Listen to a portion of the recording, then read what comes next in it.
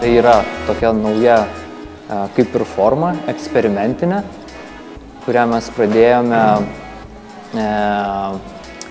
viešai publikuoti ir vystyti nuo 2013 metų. Pirmą kartą pamatėm prieš porą metų visai atsitiktinai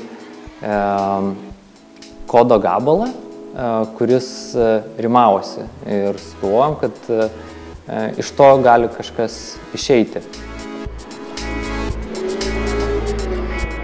Klausimų užduodantis renginys, reiškinys ir tam tikra kūrybos forma, o atsakymus kiekvienas savo susiras, atsakymai netokie svarbus, svarbiausia klausimai. Manau, tai padės kurti. Gal tai turėtų būti labai įdomu, ne tik tai šio vakaro dalyviam, bet ir platesnė publikai.